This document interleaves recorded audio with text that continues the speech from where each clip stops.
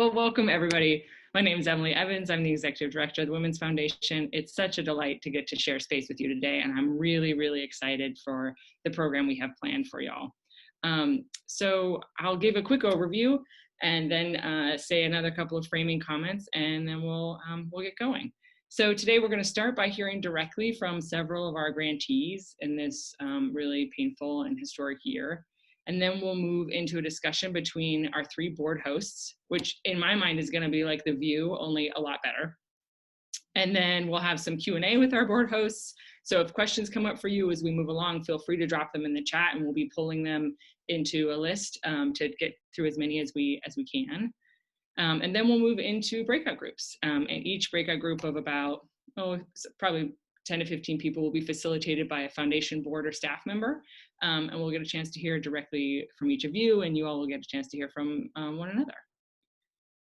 Before we get going, I'd like to share just 5 quick highlights from the Women's Foundation over the past year. Those of you that got our end of year mailer with our timeline and our end of year note and invitation may have seen these, but they sort of encapsulate what the highlights of this year, and we wanted to share them again here.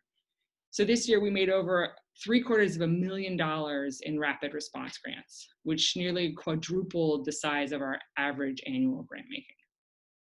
We became the first women's foundation in the country to complete a pilot of an innovative community-centered grant-making approach called the Giving Project. We published our 2020 Count Them In calendar and weekly emails honoring 53 BIPOC and/or LGBTQ+ women leaders, past and present, from Oregon and tribal nations. We built community with over 700 members from across the state through our membership program, our community partner breakfasts, and our Giving Project fundraiser event.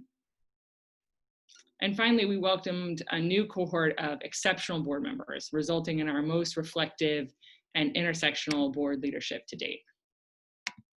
And that last highlight is the perfect segue to my happiest task of the day, the privilege of introducing our 3 board hosts for this conversation.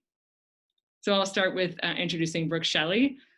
Brook is the kind of person that no matter how niche your interest, she'll have some value to add to it. Like you could be like, I'm really getting into macrameing with vintage pirate rope these days. And she'd be like, cool, let me send you a podcast that I just listened to about that. It's terrific. I also don't think that Brook has ever said no to a foundation request. Like no matter how big or small the task or how cool or dreadfully boring, she shows up and completely nails it basically every single time. Really glad to have Brook with us today. Next is Sirius Bonner. So I can always count on Sirius to get whatever random reference I make. It doesn't matter if it's like Prince's cameo on Sesame Street or some obscure sci-fi quote. She's on it and will nod appreciatively, making me feel way less foolish about having made the reference in the first place, which I also really appreciate.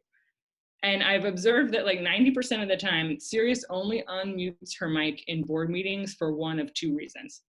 The first is her adorable kid has done something bonkers and she needs to either deal with it and/or share the story. And the second is that she's about to say something so catastrophically brilliant and concise that it will entirely alter how I view that topic from that point forward.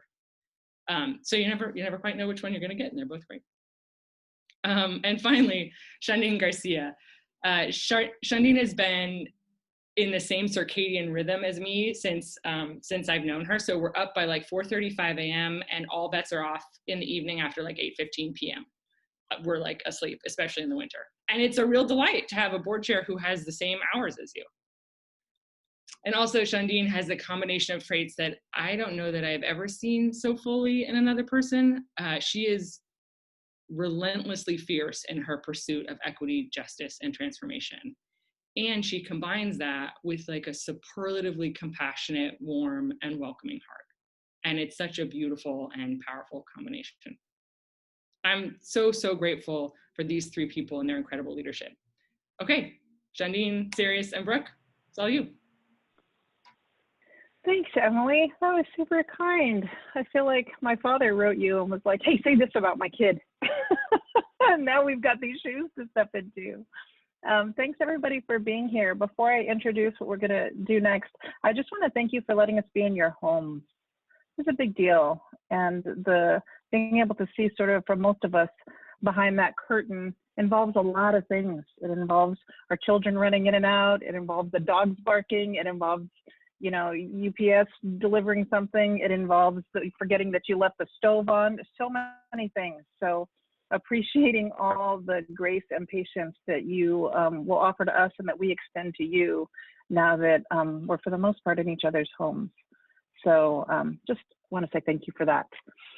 Okay, great. We would like to start by first grounding ourselves in the realities that many of our grantees have seen and lived through this year. So we're going to share 3 videos, and we've grouped them by 3 themes that we've seen emerge this year.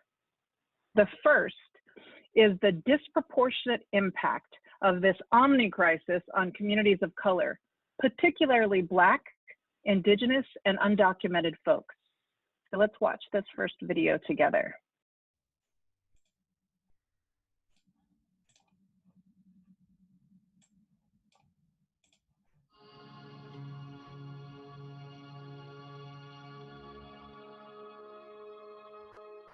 Our folks who were doing the work were already at a disadvantage, and then COVID happened, you know, and I think the impact has been felt on so many levels in our community.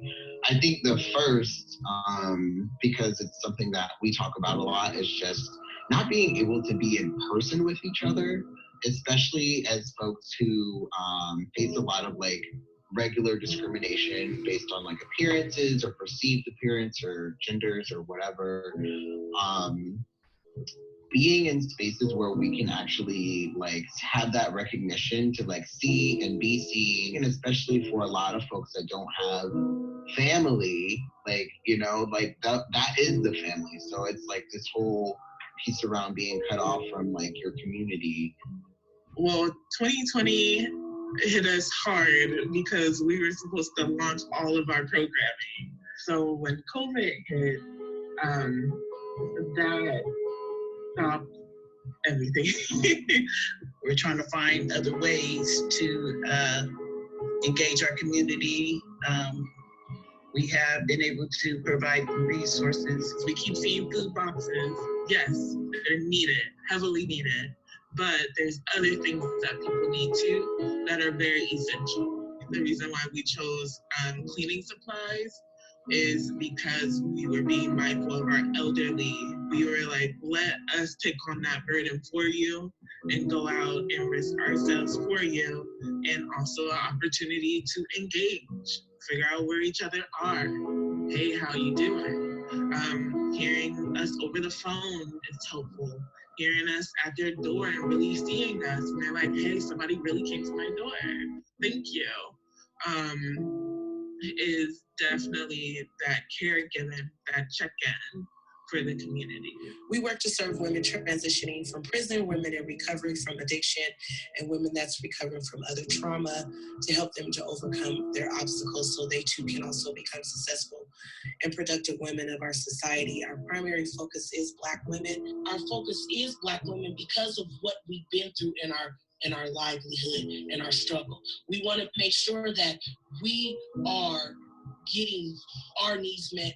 We are going to make sure that we get housed, we get food, we get jobs, because we haven't had that because we were stripped from that the years a long time ago. It goes back to slavery days, even when I was a kid, you know. So I want to make sure now that I'm able to give back, that I can be able to be that one that holds that torch and say, hey, you guys, come on.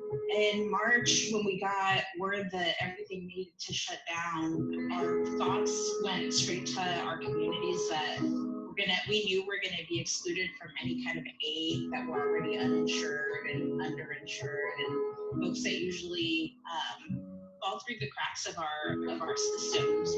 And so Bekun, along with our sister organizations, CAUSA and other organizations that we work with, we got into action right away. Pretty much we created a proposal to the state to try to get some kind of an alternative stimulus for our communities that are falling through the cracks of unemployment and federal stimulus. So we created the Worker Relief Fund. And today, the Worker Relief Fund has distributed over $30 million to undocumented families. Today, almost 40% of the COVID cases are Latinx. People like my mom, who works at a cannery, a processing plant out in Dallas, Oregon. You know, literally, there's a bus at 4 a.m. that leaves every day in the morning, and that bus takes all the workers out to the plant, 60 workers in the bus, and then you go to a plant that has up to hundreds of workers at it. They employ thousands of people, and there's several shifts throughout the day. So if one person on that bus has it, it spreads like wildfire. There's been so many times that people have said to us in tears, like, I've never asked for help. I didn't think that this was something that was for me. And we're like, well, this is for you. And a lot of people, a lot of organizations, a lot of foundations, the state, we all got together to make sure it was here for you. And this is yours.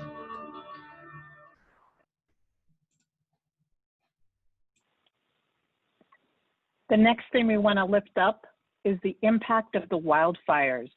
The ongoing degradation of the environment produced catastrophic fires throughout the state this year, and they compounded the already devastating realities of COVID and systemic racism. Let's watch video number 2 together.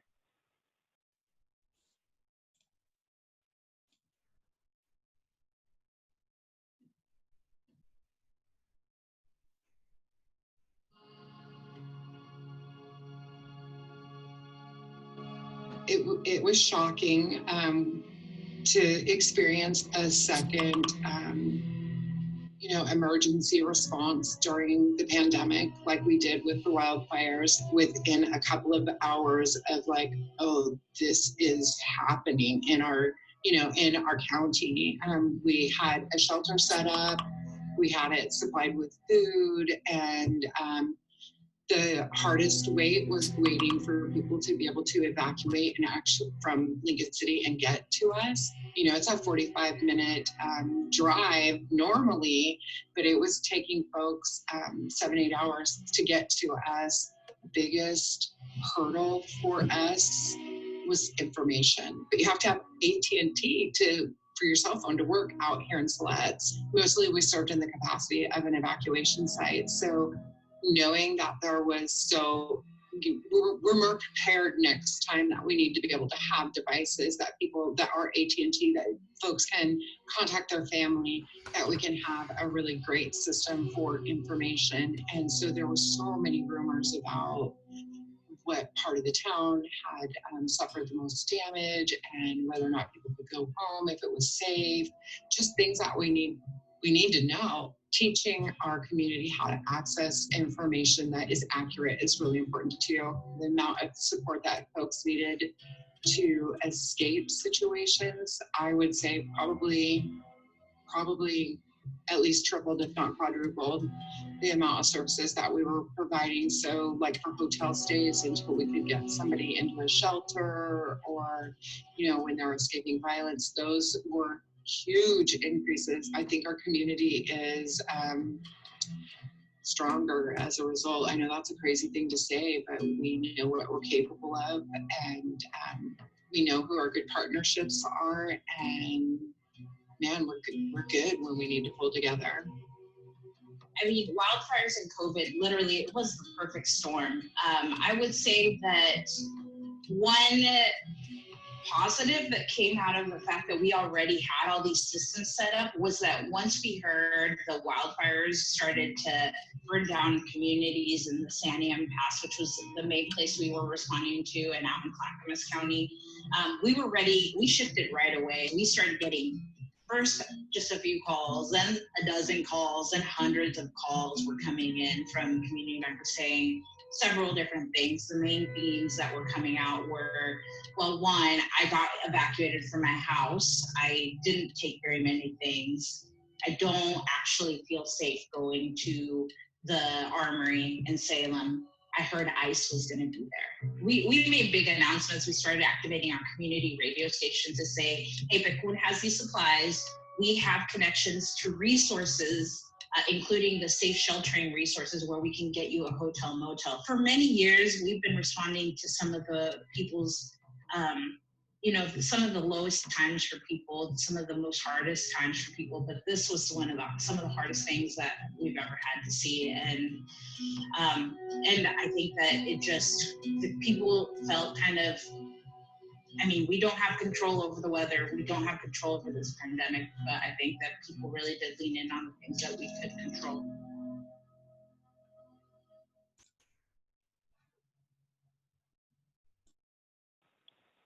I love that final part of what she said. What do we have control over? It's pretty powerful. Third video, final theme we want to lift up is the impact of 2020 on gender-based violence. We know for certain isolation, stress, and uncertainty create a pressure cooker for environment for intimate partner violence. And we've seen that play out in communities across the state. Grantees who work on gender-based violence saw increases, though, not only in numbers of survivors they're serving, but in the severity and complexity of those cases. Let's watch the last one together.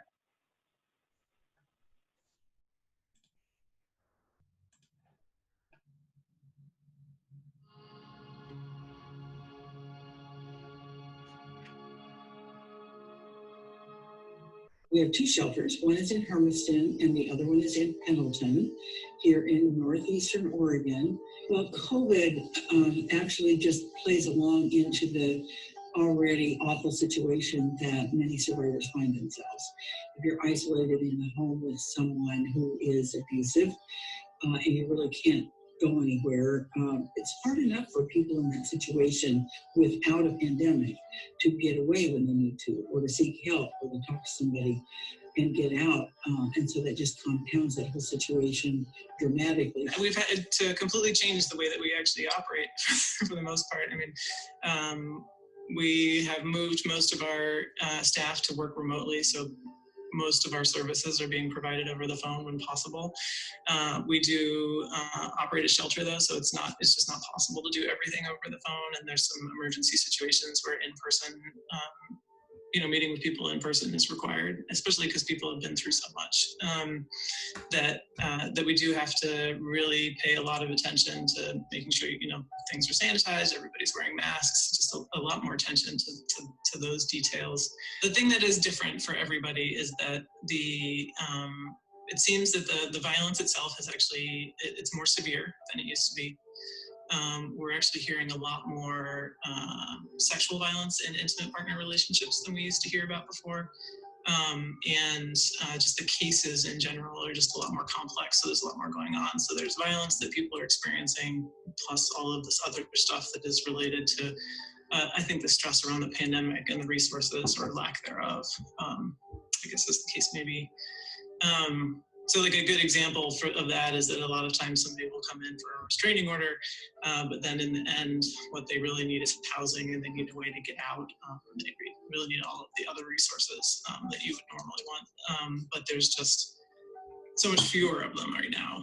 And now that people have been isolated and are in the same space and there's nowhere for anybody to go, whether it's the abuser or the abused, they just don't have anywhere to go, that's escalating into more physical violence. The thing that I think of though is that, we have this, we have more money right now to help people find housing. But like I was saying before, there's just no housing to put people into. So it'll be interesting to see if we can keep supporting people the way that we're doing right now, and then also really sort of dig into what the systems are like. And this whole COVID experience has opened our eyes that there are a lot of pockets of people out there that are not getting their needs met because there's not this great big horrific national emergency around something like COVID. But there are a lot of populations there that really need help, are isolated, and are really needing services. There's different ethnic or racial groups, LGBTQ folks that are not really up in everybody's mindset. And I think a lot of programs like ours need to do more reaching out to all of those groups so that they're aware that we're aware that they might need help and that they would give us a call and come in. That's one of the things that you just kind of rock along day to day with your program and not realize who's not here, who should be here that we're not seeing or reaching out to.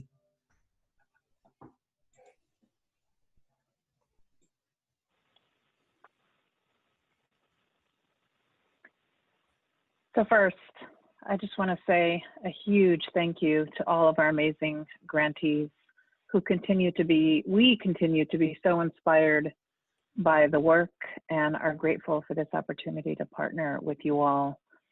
Also, quick thank you to Dawn. Dawn Jones-Redstone was our videographer for these videos. And finally, not more importantly, but just as important, thanks to all the members and donors. Your generosity helped us make the $750,000 in immediate impact grants this year. That was no small feat. And so offering deep gratitude before we switch over to the next part of our time together. So thank you all. All right, next, Emily billed this as The View, where Sirius, Brook, and I are gonna have conversations with one another as though we're on The View. Full disclosure, never seen The View, don't even know what the reference is. So I will do my best to pretend that this is a conversation and I know exactly what that reference is. So with that, we've got a few questions that we just wanted to ask each other and open up and talk openly with one another about it. So I'll open it to you, Brook, or Sirius, and see who wants to take the first swing at it. First question, what brought you to the Women's Foundation Board? What were you excited about? What were you worried about? How's your experience been so far? And maybe Sirius's daughter will chime in.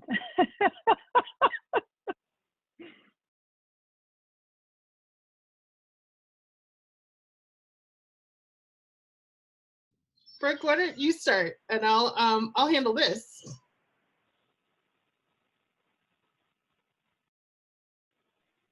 Brook, I think you're muted, dear friend. Well, that would be why no one was laughing at my jokes. So I'm currently in sunny California, which is what I was showing you out the window, and not Oregon, but I was in Oregon when I first found out about the Women's Foundation. I led the board and am still on the board for Basic Rights Oregon, which is a queer and racial justice group in Oregon. And Nancy, who runs that group, said, hey, you might want to talk to the Women's Foundation. They're putting together this report and they might need some input on queer folks and trans folks and the stuff that we work on. And so I participated in a bunch of chats about that, and we made that report. And at some point in time, I think Emily or someone was like, hey, do you want to be on a board? And I was like, well, I've done that once now, so at least I know what that means.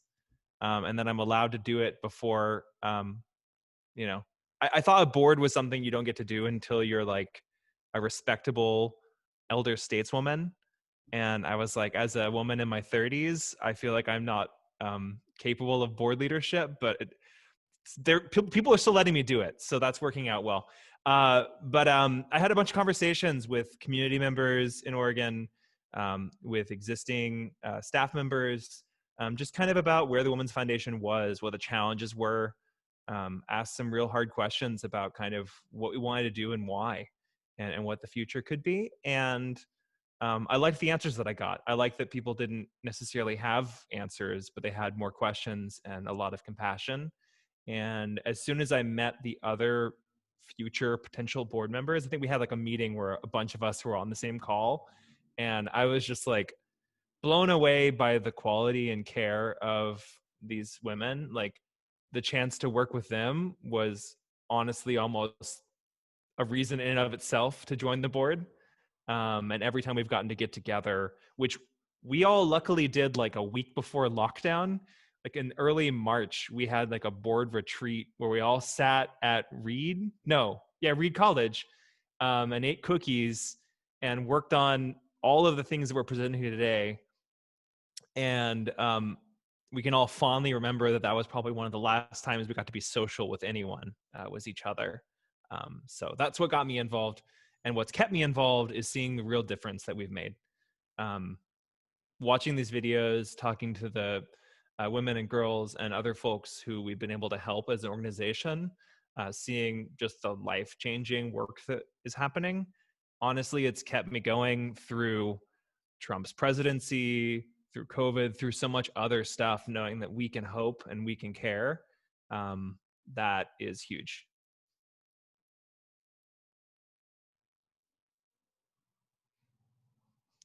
Shadiin, you want to go? Or I don't know if Sirius is back yet.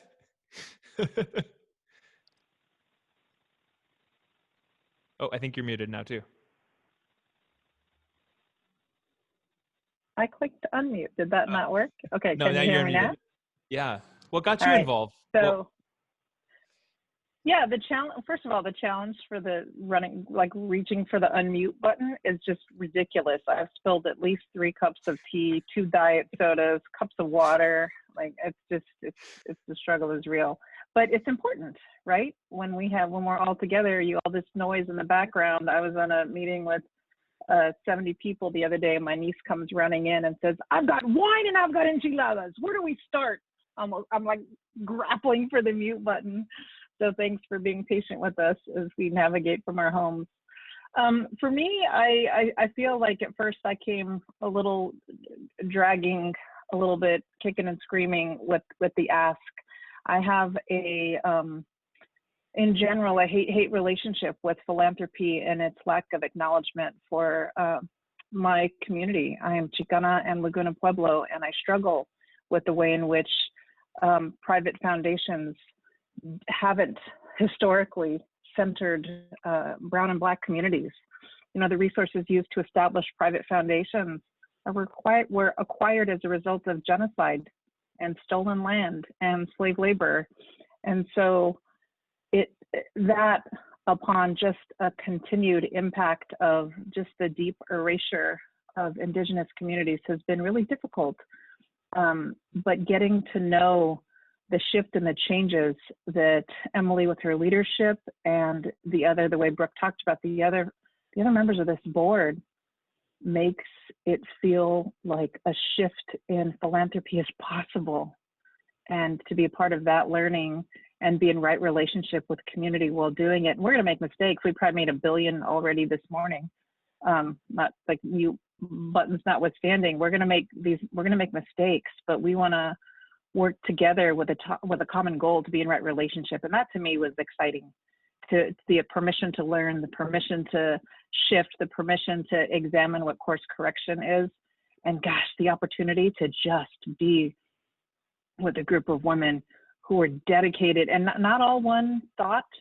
We argue, we disagree, we laugh, we share, and it's just been a gift so far.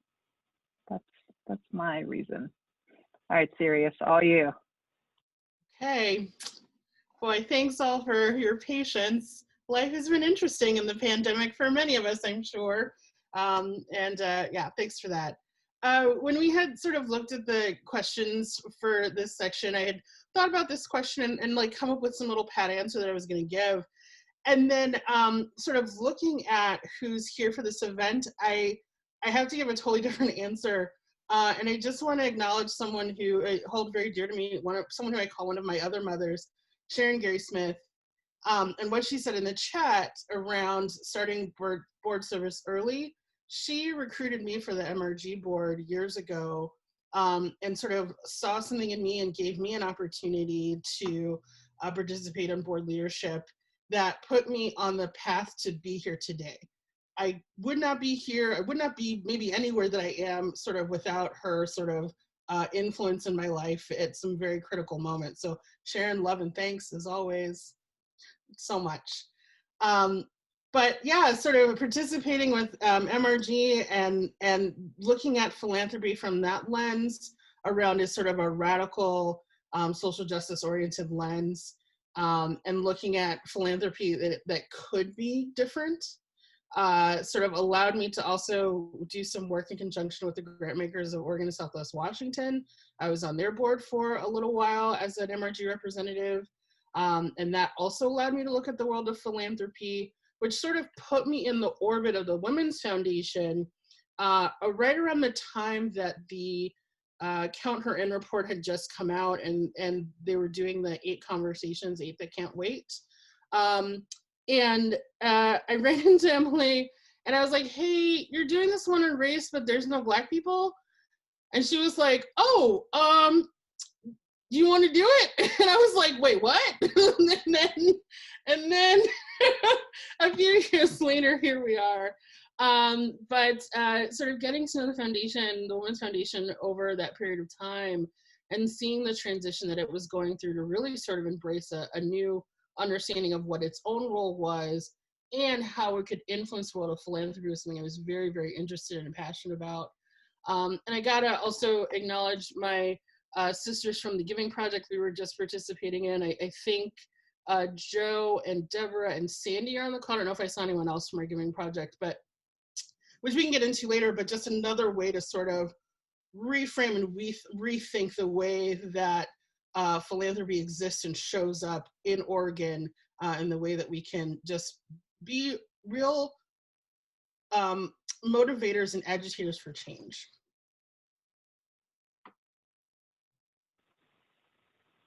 We can get into that later, Sirius, or we can go into it right now if you want to. I'm fine going down that road if you wanted to talk a little bit about the Giving Project, or we can come back to it. But I don't want to just stick us straight to the script, because I think it's important if you wanted to unpack that some more.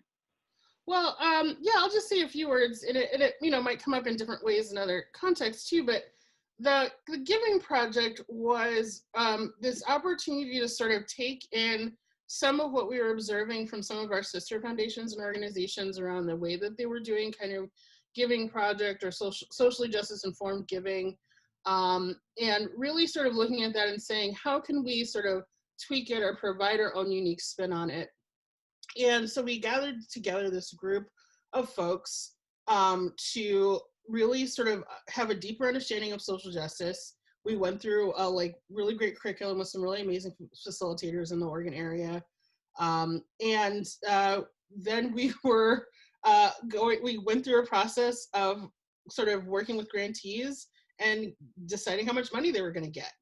And it was really, really both our whole process and the grantee process and what they were sort of asked to sort of engage with us around was really around reproductive justice, which if you're familiar with the reproductive justice frame, you understand that reproductive justice is not just about reproduction. It's not just about reproductive health or reproductive rights. It's also about hunger. It's also about transportation. It's also about sex and sexuality. It's also about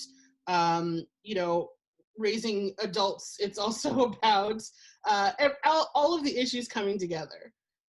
Sometimes we talked about it as sort of kind of interchangeable with the idea of like an intersectional feminist understanding of the world, but really reproductive justice, if the main point of reproductive justice is to be able to choose or not choose to have a family in a way that you want and is healthy and is socially just, then it has to look at all of these other pieces. It has to look at why Black Lives Matter has an impact on someone's decision to have a baby or not, right? If I, as a Black woman, it definitely happened to me as we were thinking about starting a family, I had to think about what would it mean to bring back Black sons into this world?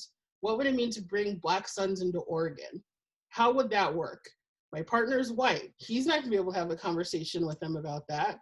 So who do I talk to about that? So that is a reproductive justice issue. So that cohort was really, really tasked with sort of thinking about how can we bring this frame and this lens to a process around redistributing a certain amount of wealth or funds or capital, but also how can we bring that lens to providing justice for folks who haven't maybe seen or had opportunities in the past.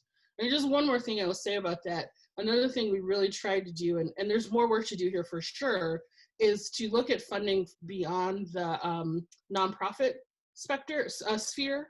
And so we were looking at small businesses and individuals also in that process, which I think is a real cutting edge place for our foundations and other foundations to be looking. That's perfect. And that segue works well to the next question, because it has to do with how we identify and how we view the world and how we show up. And so one of the things that we wanted to share with you all today is that identity matters, and it's a part of how we navigate this world. And we want to share with you a little bit of how we identify. So with that, I'll open up to Brook. Cool. Let's see. It depends on the day and who I'm talking to, probably. I work in tech, and so tech is a weird place for a lot of things, including but not limited to identity. But I say primarily, I identify as a lesbian, as a trans woman, as a Texan. I was born in Texas. It is still in my heart, despite the fact that Texas does not want me. And as a white woman. And all of those things inform where I'm at any given time. I came from poverty. I came from a family that wasn't educated. I myself am a college dropout. And so a lot of these times when I'm entering into these places, I feel like I kind of learned how to exist inside of more affluent spaces than I'm prepared to do. Like philanthropy generally is one of those things where I'm like, well, I'm not fancy enough for this. Like I still eat saltine crackers. But I've tried to learn and learn quickly, and I can pretend quite a bit. Which is something that being trans is actually really great for. Like I had to pretend to not be a lady for a few years because my dad was a pastor, and I have done a lot of acting because of that. So I never had to pretend to like boys. That was a lucky thing. I know a lot of other lesbian compatriots who have been married or at some point pretended to. I was too nerdy to have to worry about that. So I just liked books and still do, and my cat. Sirius, how about you? Also, one thing, I was trying to figure out what the View host identify as, and I still am not really sure who is currently a host of The View, and I think the only queer one is Rosie O'Donnell. But Joy Behar lives in the Hamptons, and that seems fancy, so maybe I'm a Joy Behar. I'm definitely not a Meghan McCain. All right. Sirius, how about you? How do you identify? Well, I mean, Whoopi would be the obvious choice here, and I honor that. I accept that. I can even own that. Yeah, okay, all right, I'll take it. She has some weird backwards views about things, though. I don't own that. I'm not taking that. So I am a fat Black woman. Those are the things that most immediately determine my experience as I move through the world. I am also, I like to call it invisiqueer because I live like a straight person, but I am not that. Which is always an interesting thing. And let's see, what else? I'm definitely a nerd. I am an intellectual who strives not to be an elitist on a regular basis. It's a hard one. And I'm just really passionate about social justice and making change in this world that we live in. Mostly for purely selfish reasons. But also then I have a kid and she needs a better world too. So I guess I'm in it for her as well. And yeah. Shadiin, what about you?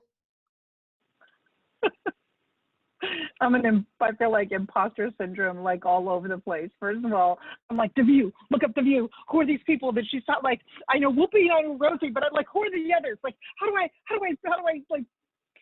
like, are there any Laguna Pueblo Chicana View hosts? I'm going to say solidly no, or I think I would have known about them. So I've just revealed to you, the struggle is not only real, it's literal everywhere I go. There in college, I was the only Chicana Laguna Pueblo woman on campus, all by myself. And I am still that way almost now in every single place.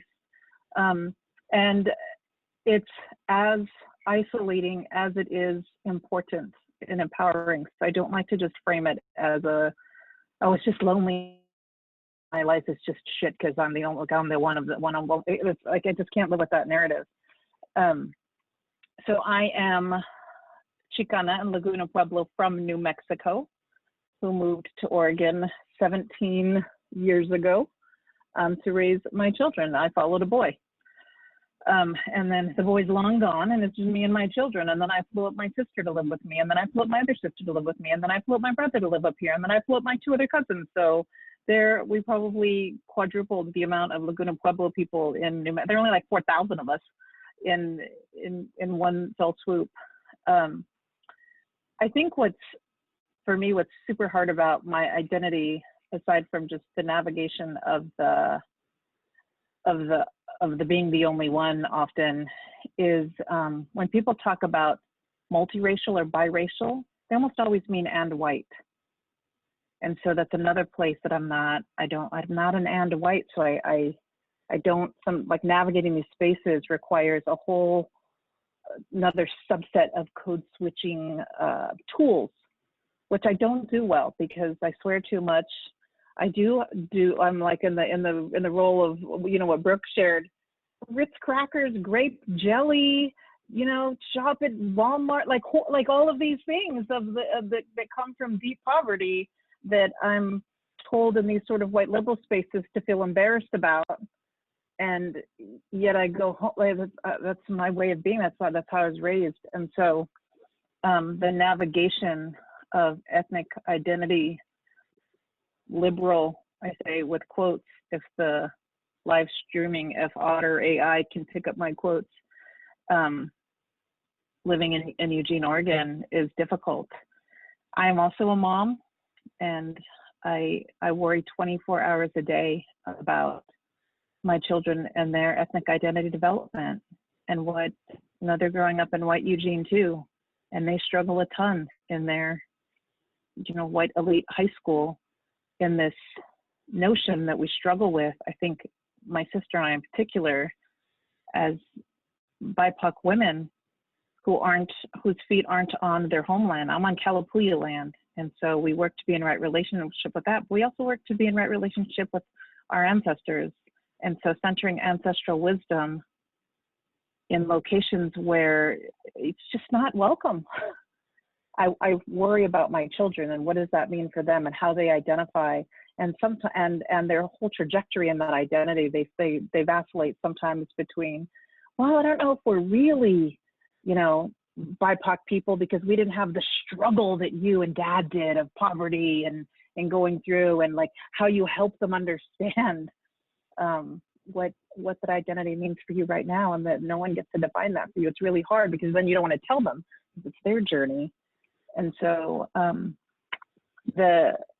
what Sirius talked about earlier about the intersections of reproductive justice, I think is so alive and true in the context of how we identify and how we engage with one another in the world. And so I think about imposter syndrome a lot. I think about gaslighting a lot. And I think about what does it mean to create the conditions so that our children and our brothers and sisters and our relatives are in racially affirming spaces where they go, they feel like their most empowered self wherever they are at all times.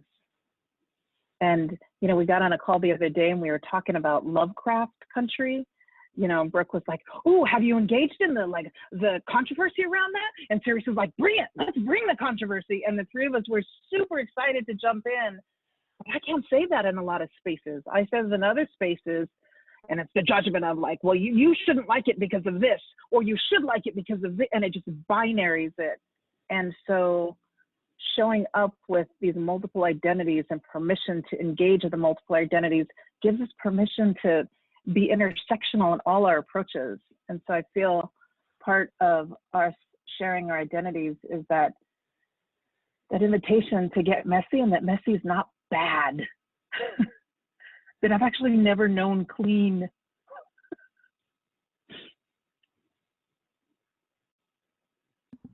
Thanks, Shadiin. Yeah, and I think that's a cool thing about the board is we have quite a few intersecting identities. I also tried really hard to look up the View characters, people. They're not characters, they're women on the board.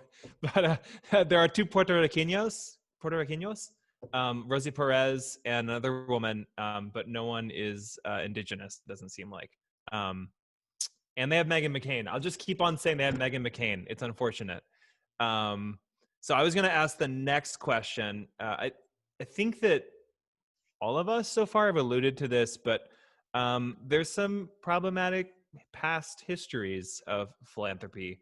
And so let's talk about history. Let's say, if you want to, anything more about kind of what the history of philanthropy is for your folks, for your family, for your people, and like in your mind, the ways that we can move forward from that, and also the ways we need to remember, where it started, I guess. Brooke, I'm really glad you said that, and I will try to be brief. Because I think in many ways we could and should do the diatribe about like how philanthropy has been so problematic and the history of that and sort of lay that out. But what you just said about family just reminds me that there is another side to that story and that history, and that when we talk about sort of capital P philanthropy, there's some really problematic things, but the ways in which our families and our communities have engaged in giving and love and justice with each other and taking care of our own and taking care of others is a really, really beautiful thing, and has to be part of the story as well, and weaved into the conversation. Whether we're talking about, charity begins in the home, or things we might have experienced in our churches, or the ways we've shown up for elders in our communities, the ways we've shown up for children and babies and young mothers. I mean, like, those are things that are, I think, deep and rich in many communities, and are definitely part of this tapestry, even though there's this whole other gross thing that's going on. So I just will add that as well. Yeah, I think for me to expand on that is the spaces for multiple ways of being and knowing to be present. And what does that look like to create those spaces? I just recently re-listened to a podcast that was hosted by Kim Tallbear, and she was talking about polyamorous relationships and what it means when women are shamed to say that I'm a single mother of however many kids. And she said, I reject that notion. I have sisters, I have friends, I have family. Just because my marital status isn't married does not make me single. And creating spaces where we can say that out loud and people invite more discussion about it, as opposed to justification or shaming about it, is what I think places like Women's Foundation can create a deeper conversation around. I also want to push on, expand more on the question you asked, Brooke, about what is it we're doing? What's this reckoning that's taking place? And talk a little bit about the worries. As you all know, there's this, what I call a chequity, right? You check the box to perform equity, the performative equity. And as we make this shift, we have to work really hard to hold ourselves to a level of accountability that creates that right relationship with us and grantees and with one another. And where we really do deepen that this isn't bandwagon jumping, if you will, right? I think about, there's an article that I live by a ton, and it's decolonization is not a metaphor. And I think about that word with solidarity. Solidarity is not a metaphor, it's real. But it requires these muscles that we've been punished every time we use them.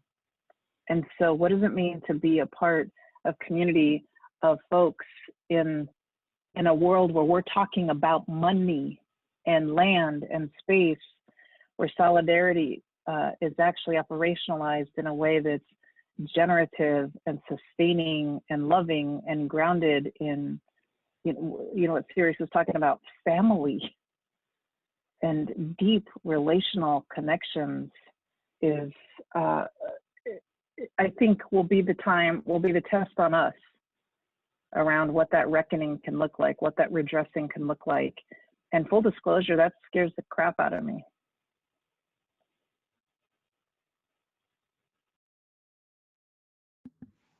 Yeah, that definitely is. It's a scary thing to reckon with, I think. So I think coming into the present, we've undergone a lot of change. The board, the mission, so many things have changed. If let's say I were to be contrary and to say, this is just bandwagon jumping, it's in the air and we've smelled it and we're like, we're going to do that too. What would y'all say to that? How would you respond to the idea that, we're just doing it because it's cool?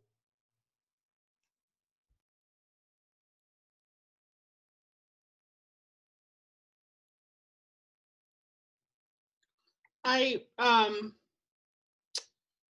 don't want to discount bandwagoning and doing things because they're cool if they're the right thing to do.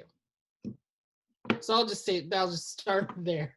But I think that some of the transformation that the Women's Foundation has gone through the last couple of years, it's the proof for me is not in the end product. It's in sort of the process, the pudding, the sausage making. It's been, and for some more than others, an incredibly painful process, and a learning process, an iterative process, and a process that is not over. I shared with you all a little bit about the Giving Project and how incredible and exciting that was. But if you ask any of us who are involved in that, there were some really tough things. There were some really annoying things. There were things that did not live up to our expectations.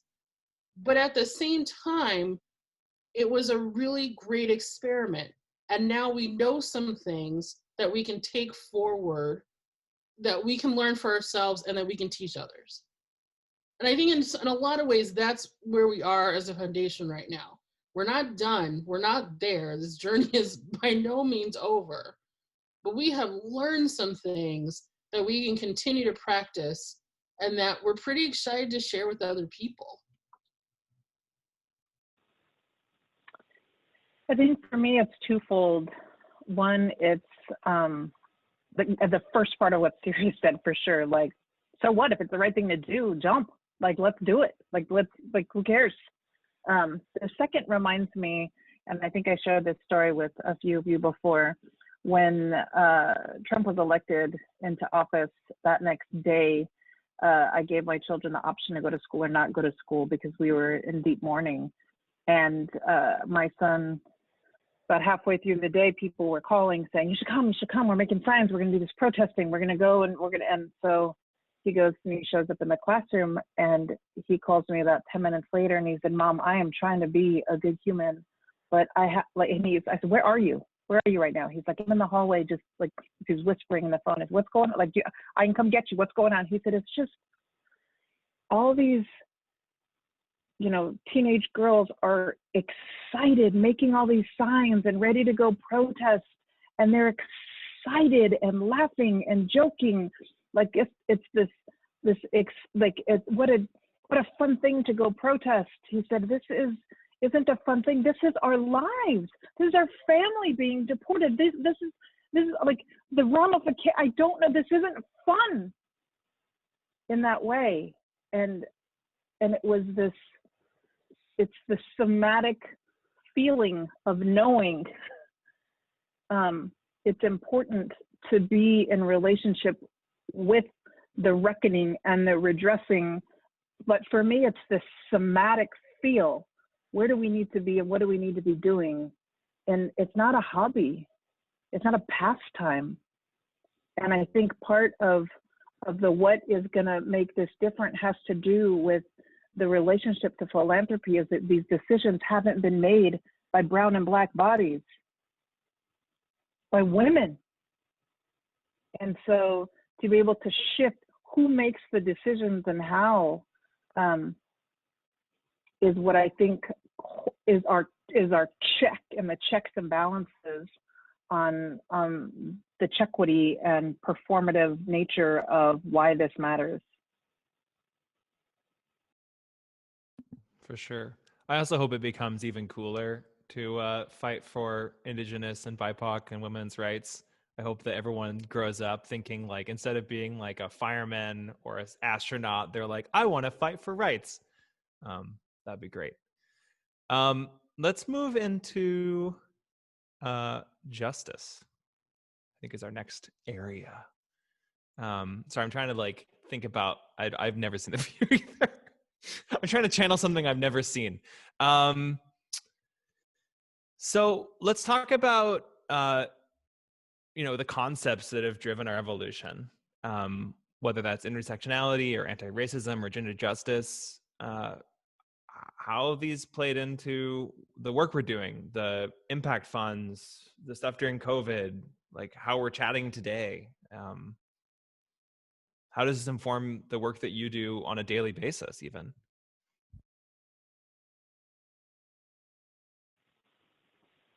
I'll say two things. One is gender justice feels largely invisible everywhere I go, 24 hours a day in the world that I navigate.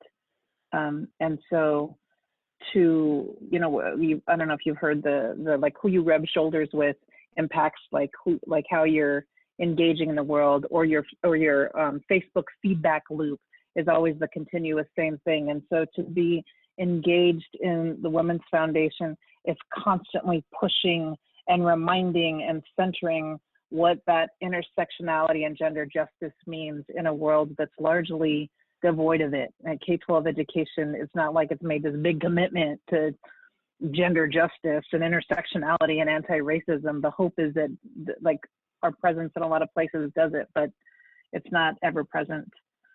And so for me, it's that learner stance, and that the Women's Foundation is allowing me to have that learner stance. The second thing is where we show up, the permission to shift the narrative. And I was hesitating whether or not I would share this, but I just feel like it's important. I was asked as a representative of the Women's Foundation to be part of a city club where we're celebrating the women's right to vote. Well, that didn't include Native American women. So I was standing up on a stage with people celebrating how I wasn't even considered a human at that time. And the permission that was present, and it wasn't permission, it was the conditions that were created, that it was a place not only for me to say it and name it, which hasn't been ever present in my life, but that the Women's Foundation and its community would surround with love and support to push that narrative to be clear and to be articulated, and to push and change that narrative was not what I had anticipated. Instead, I was terrified and my stomach was flipping, and it was hard. And even afterwards, I was, my body always reacts. So when I get stressed or things, I always throw up. So I throw up before every talk, I throw up after every talk, because that's just overshare. Maybe. Does the view do overshare? So once I get off this call, I will go throw up, because I always get nervous pre and post. But the level of stress when I turned and looked to a few of the Women's Foundation folks and said, like, I have to tell the truth. We weren't allowed to vote. They weren't human. And it was, bring it. bring it louder, bring it again. Like, where else can we bring it? What else can we do? How can we address it? How do we push it? And it was a type of justice that I was not anticipating, and it was a catalyst for healing that I actually didn't even know that I needed. Thank you. I want to say really quick, solidarity for people with stomach issues during public speaking and or after. I do this all the time and my stomach still goes, woo! So.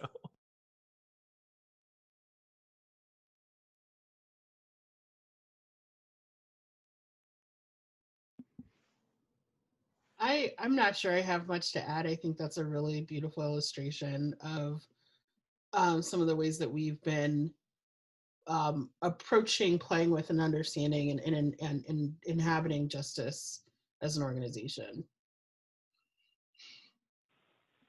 Yeah. For folks who are just learning this, we landed our new mission. We landed these values. They're not new, but like really incredibly new. And so we wanted to talk to you a little bit about the favorite value or favorite part of our new mission. And I haven't come up with an acronym that would help me remember them. So I have a cheat sheet here on our, the value, right? It's LJCCJIG.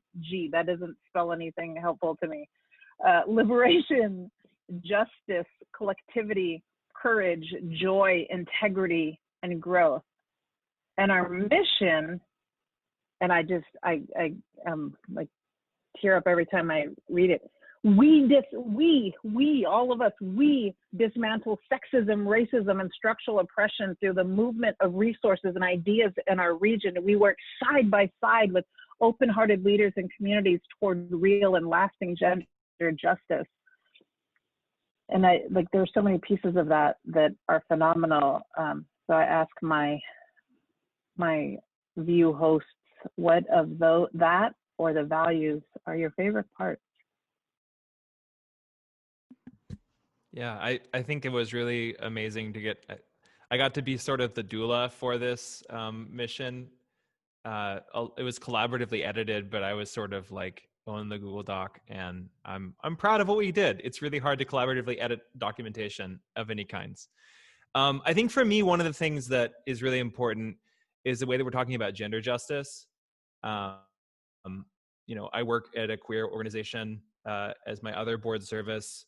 There are so many people affected by gender oppression, by the patriarchy, women, non-binary people, trans folks, and recognizing how those systems hurt and damage folks.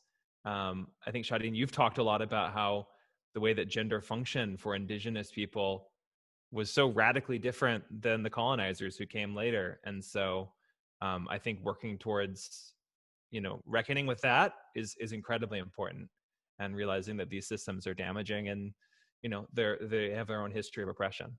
That speaks to me quite a bit.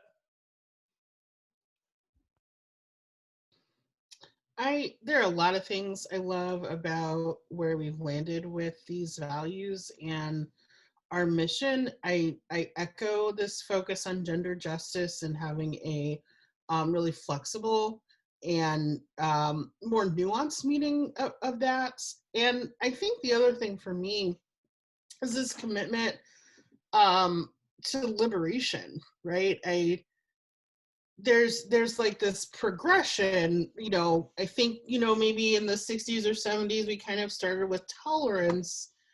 And now, we've kind of moved from like tolerance to like diversity, to like multiculturalism, to like equity, and I think our next piece that we have to get to is sort of liberation, and really start thinking about and understanding what that means and what that looks like. And so I'm really, really thrilled to see it as a part of our values and where we intend to be and where we want to show up as an organization. So start thinking about what your liberation sort of plan looks like We're going to be needing one soon enough, I'm sure. I have two favorites in the values, and thanks to our doula for birthing them for us, with us. One is growth, and I say this 1,000 times, and I really truly mean it. I make 1,000 mistakes from the front door of my house. I would say to the front door of my work, but it's actually from my bed to my computer. And to learn and lean into that learner stance, I can't say it enough, as that permission with one another to grow. But when we get to the place where we actually don't have to grant each other permission, it's just a given. The second thing I like, so what I'm going to say sounds like I'm disagreeing with myself, but it's the courage one.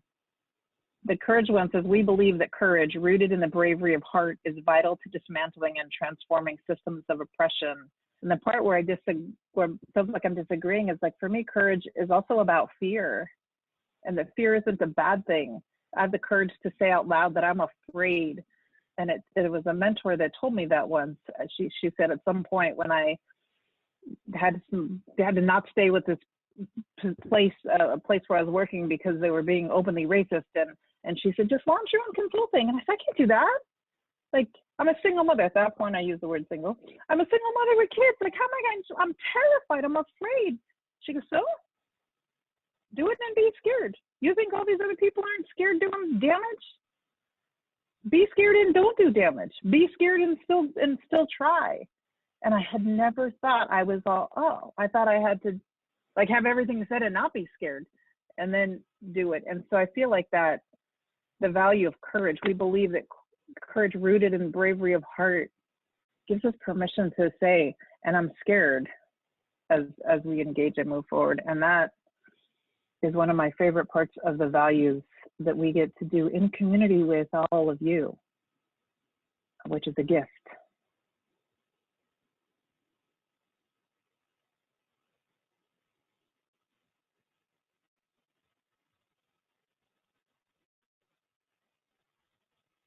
So with that, I think we wanted to shift a little. We're a little 2 minutes shy. We can still continue in our conversation, or we can move toward a little bit of Q&A. We wanted to look at some of the chat, see what some of you all might be asking, talk about what we're asking of ourselves and of each other. Unless my view host wanted to share some more in this space before we jump into Q&A.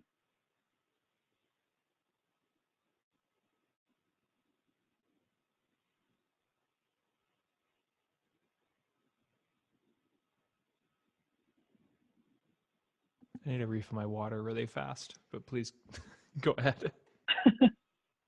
Looks like the chat has been disabled.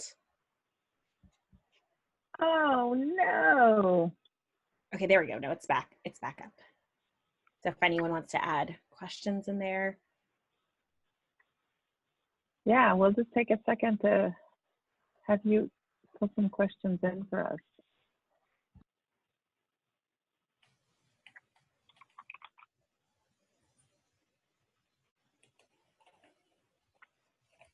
And appreciating a lot of the kindness that some of you have shared.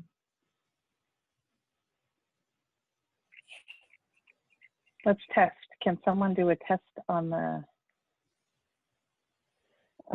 chat to make sure it's up and working? I'm saying while we're waiting for that, we'll go ahead and go with asking each other in the meantime, what are our hopes and dreams for the foundation going forward? I'll open it up to my co-host. What are your hopes and dreams moving forward? I'll be honest, I really hope we get to all be in the same room again sooner than later. I think there's something really special about getting to see your faces in this chat, but it's even more special if we can share space physically when possible. So I'm hopeful for that. I miss that. And for everyone else out there who lives alone and or has a pet, like, I hope that you get to do that soon too. There's also a question in the chat box. if you all want to answer this as well. Given the new values, how do you see grant making shifting as WFO moves forward? That's a great question.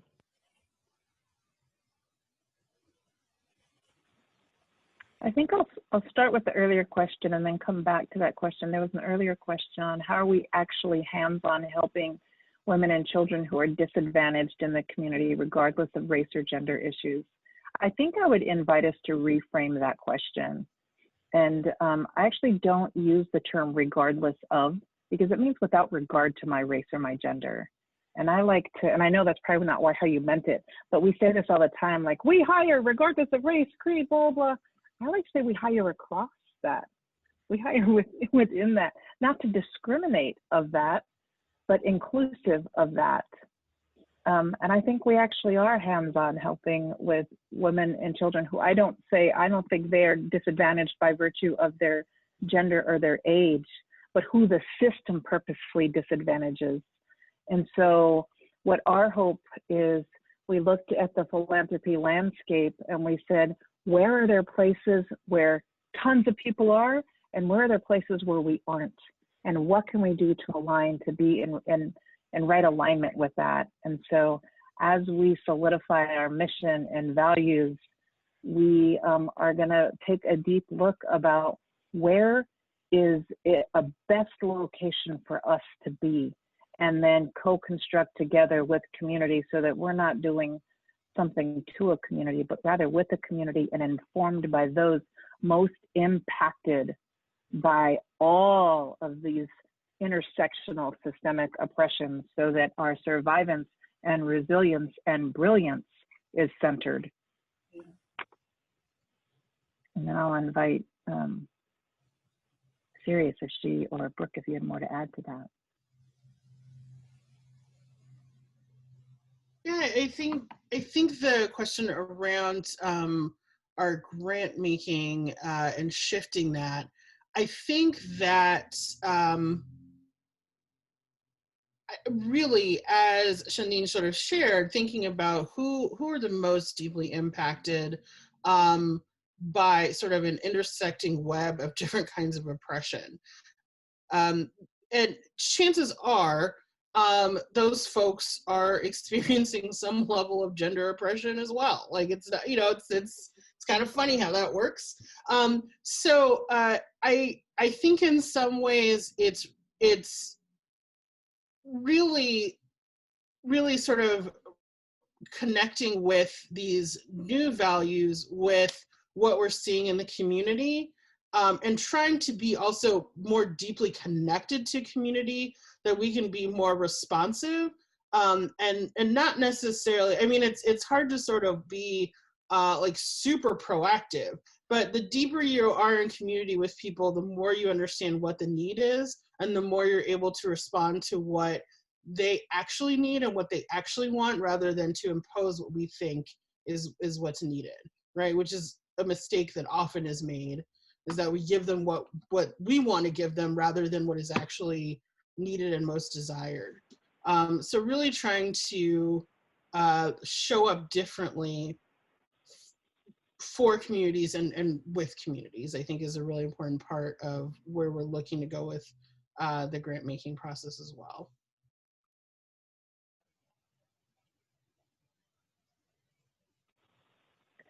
I was gonna lean in, but Brooke, I'm watching your unmute, so I don't wanna, like, am I good, or you wanna go next? Go ahead. I was just gonna say we're Okay. listening. I think the biggest part is that we're listening. And that's, across the state. I think a lot of times in the work that foundations do and the work that nonprofits do, there can be a slant towards Portland because that's where a lot of connections are. And I like the fact that we go around the state and we listen. I want to talk a little bit to what Patricia asked. Why attack the legacy of the organizations that made Women's Foundation of Oregon viable? I was on the board for 9 years and know a very different history. And I want to invite a parallel metaphor for me in schools that helped raise me. I had some teachers that I went to school on the reservation till I was 12, and then school ended there. And so I think that we needed more schooling than that. We had to chase schooling to be able to get it off the reservation. And then I went to the second worst high school in the nation and got a scholarship to go to the second best high school in the nation. I had to go 3,000 miles away from home.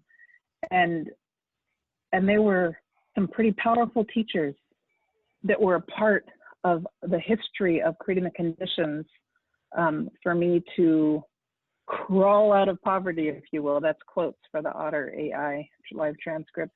And it was more than one thing. It was deep, damaging erasure that happened in my schooling. And it was also loving and beautiful humans who needed to learn how to do things differently, how to create culturally sustaining pedagogical approaches, culturally relevant curriculum. Doesn't make them horrible people, but the choices were deeply damaging. And we're asking each other, to reckon with that parallel philanthropic history. So it's not about attacking or pointing fingers, but it's about being held accountable to the purposeful nature of one way of doing business, whether it be in schools, whether it be in philanthropy, whether it be in healthcare, wherever it is. It's an opportunity to look deeply at some practices that weren't, originally perfect for all, but really perfect for one group of people. And we want to examine it deeply, and we bring our multiple lenses to that. With that, I open it up for others if my two other co-hosts want to, or I know will be time to dig more deeply, but I don't want to avoid the hard question.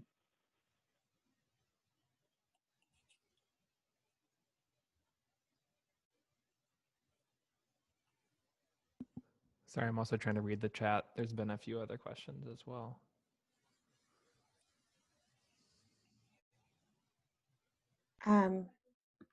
One of the other questions is, can someone speak to WFO's approach to trust-based philanthropy?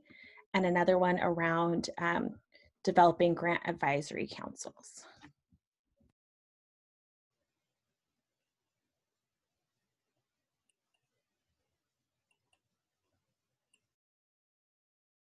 I think I can say a little bit about those things. I don't know if we're quite there yet around sort of the councils. I think that's a pretty well noted best practice and something where we will probably land. We just haven't quite got there yet. So I think I'm sure we're headed in that direction. And you're probably one of the first people I call, Deborah, when that happens, or gets the call. I think we're still in a process of ensuring that we're connecting these values with the actual work of the foundation. And I think that's part of it, is understanding is that part of how we're going to operationalize this? And it's very likely, yes, that's where we will get there. We're just not there quite yet. And I think the trust-based philanthropy, I think there are lots of really great examples of that. Some of the work that we did around COVID, and really working with organizations to be really flexible about what their needs were and how to meet those needs. The work on the fires, I think, you heard from the video some of the stories, but I think those are some of the really, really cool and interesting and innovative opportunities we had to just show up and be present with the money that was needed, right? And not a lot of nonsense, because I think that in the philanthropy world, there's a lot of reporting structures and accountability, quote unquote, and those sorts of things. And that's just, those things are an unneeded and extra burden on communities who are in the midst of crisis. So. There's also a follow-up question for you. What have been the most effective specific means for WFO to determine what the community, or determine community needs? So I think it's from something you said earlier. listening. I mean, you know, and there's more to it than that. Being present is a key part of that as well. And being able to ask the sort of right questions or be in the space to ask the questions. But I think just sort of a mix of being able to hear where the need is and try to meet the need where it's at and not sort of put a lot of demands on it, I think is really, really important. Yeah, I mean, you know, this is sort of a board member's perspective. I think there's more in the weeds that our staff could talk about, but from a board perspective, like really trying to like listen and be present and bring the funds. A lot of ways it's just that simple. Yeah, and I can give an actual like real-time example to what Sirius just laid down of like that, and make it easier to make the money move faster and without the 17,000 pages of reporting mechanisms that instead of spending all this time actually getting the money to the people that need it, they're writing the reports on all of the money. What can we do to create it so the money moves faster and easier, while also being in relationship with a healthy tension that this stuff is going to move at the speed of trust? And you know, those listening sessions that WFO did were phenomenal, that all across the state lifted so much. And then the third thing that I'll add, it's remembering, and I have a hard time with this too, so no judgment on this, it's remembering to think about strengths as well as needs. And, you know, when we're spaced to like, well, they need this, there's also strengths that we need to think about. And I think about that in a really serious way all of the time. When we talk about Native American boarding schools and that legacy of historical trauma and the rape and the beatings and the violence, what narrative is never present is the survivance and the resilience and the interconnectedness of intertribal nations building strength-based coalitions with one another, secretly preserving languages and pockets and teaching one another these things to survive. That's not the narrative, because we weren't actually able to control that narrative. And so every time we say, what about the needs? Also, what about the strengths? And it's an opportunity for communities who are most impacted to name those strengths and what's working and how can we double down on those efforts. I think so. I'm leaning so much into what Sirius and Brook, you're saying about listening as action. That is action in ways that we tend not to name it as action. What are you doing? We're listening. I think it's important also to recognize, like, this year has been a crisis for a lot of people, but this isn't the only year or the only time that so many communities are in crisis and do have immediate needs. And I think that's where the listening is super important, because it's allowing us to say, here's where we can send you support. Here's where we can trust you. Here's where we can, you know, not require you to live inside a mold that we've pre-configured for you, and build that trust, build that community through both the listening and the action.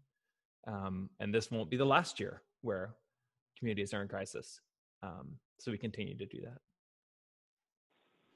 I appreciate that so much, Brook. It was making me just ill at the beginning of, you know, in March, when it was like, this is the first ever pandemic that, no. One, we're talking about multiple pandemics. Two, this is not the first. And we can talk globally about it, but we can talk actually about Oregon about it and the termination of tribes. I sat down with a group of 15 migrant farm workers, and they're like, pandemic. Let me tell you about pandemics that we've had in the past. You want to hear some pandemics? And yes. Because I want to learn what survivance look like and what we can be doing better to learn from that, so as not to repeat and replicate. And I want to learn where we fall down and what we're doing wrong and how we need to course correct. As hard as it is a gift to course correct if we're doing it in concert with community.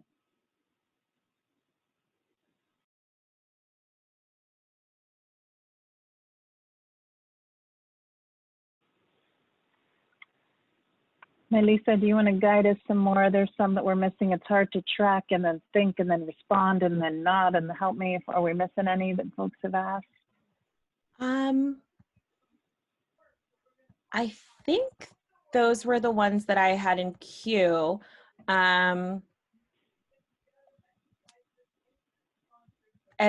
Okay, there is another, or I can pose some questions if you all would like to explore that are here.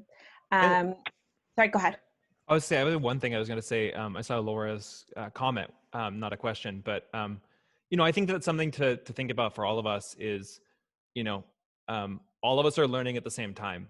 Like, there are a lot of things I do not know. There's a lot of things that Shadiin and Sirius don't know about each other, about our own communities, about the intersecting oppressions and strengths and resiliences and backgrounds. And I think that's one of the most amazing things I've found from working with the board and from meeting folks in the foundation and folks across Oregon, is just how much we get to learn with each other and grow with each other. And I think that's been kind of a cool thing. So I think that being able to be open and honest is also about building trust, and figuring that out is kind of cool. So, we're all in different places. We all come from different places, and we all have different distances to travel, I think. Great. I realized there was one question we may not have addressed. Can someone speak to WFO's approach to trust-based philanthropy? I may have mentioned there were a few questions that sort of got lost in the strand, so that might have been already addressed, but in case it wasn't, there's that question. And then, isn't there always a difficult power dynamic between foundation and grantees is another question posed for exploration. I feel like we got at the trust-based one, at least began to. Sirius had brought a bunch of knowledge in that regard. With regard to power dynamic, yes, where there's money, there's always a power dynamic. And I always, and I think it's incumbent upon us, all of us together, to recognize, unpack, point at, and make sure we're not replicating some of those oppressive power dynamics in real time, knowing that when someone has money, like has the ability to say yes or no in the room, that is always ever present. And while naming it helps, that's not the only thing that can be done. And so it's a scary and important responsibility to be able to both name, be held accountable, and keep unpacking and uplifting and show transparency in ways that I think philanthropy in general isn't practiced at doing.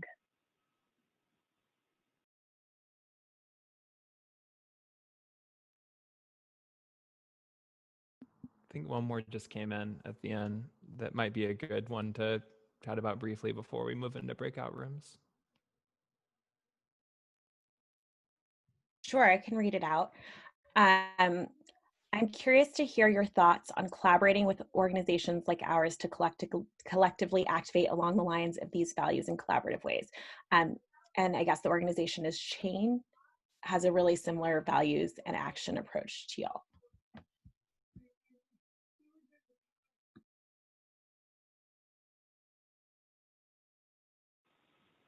I actually would like Sequoia to tell me more about Daisy Chain. Hi. Hi.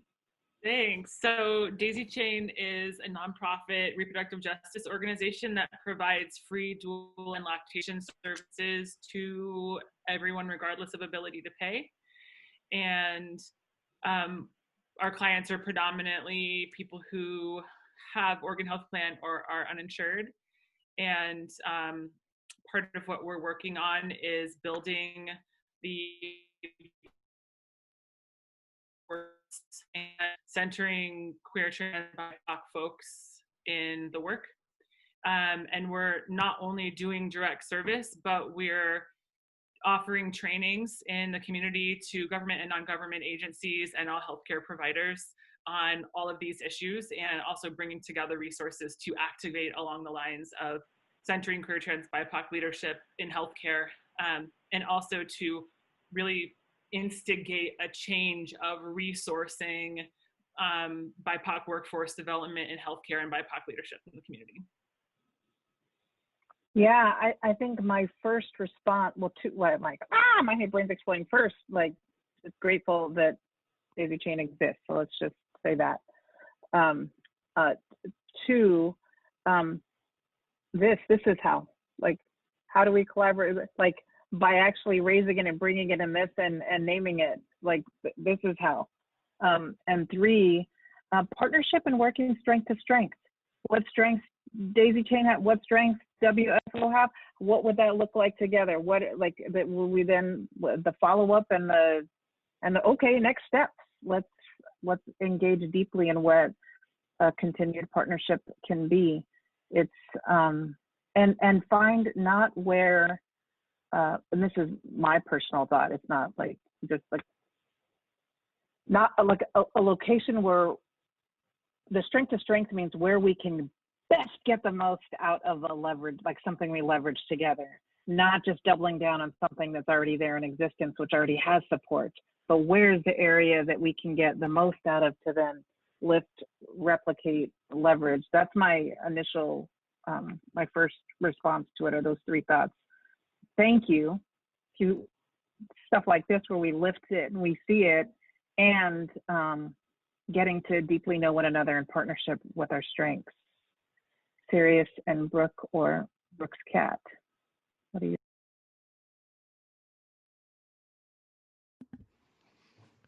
Yeah, I think that's very well put. Just that us getting together and talking to each other is how we find out about this stuff. Going around the state was how we found out about so many organizations, expanding the board, changing out leadership. Like, those are all ways that we get exposed to new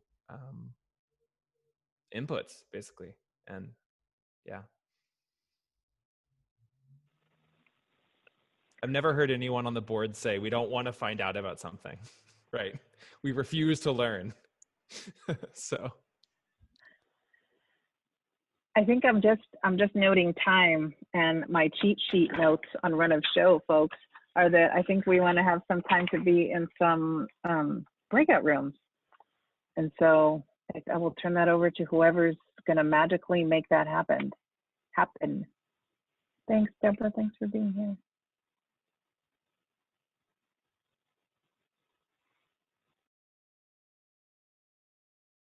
All right, see you all in the rooms. Everybody can join their breakout rooms. We'll see you there. Welcome back, everybody. Thank you so much. I could have stayed in my breakout room forever.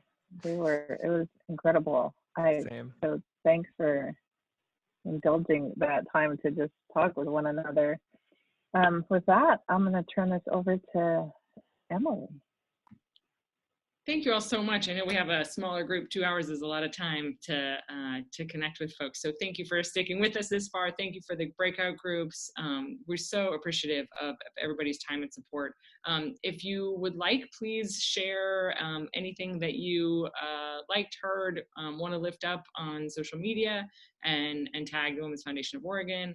I just made my end of year gift. We have a really exciting match happening right now. So if you'd like to make an end of year gift, all donations will be matched until December 21st at midnight, up to $17,000, which is just money that goes right out into the community. So thank you all so much, and thank you to our extraordinary board hosts who joined us and were able to share just like so many, give you all some insight into the brilliance and the leadership that I get to work with all the time, which is really the privilege of my lifetime. So thank you all so much for being here. We'll also make this recording available, and you can share that as well. Thank you all so much. Thanks, Emily, Shadiin, and Sirius, and Brook, and everybody. Yes.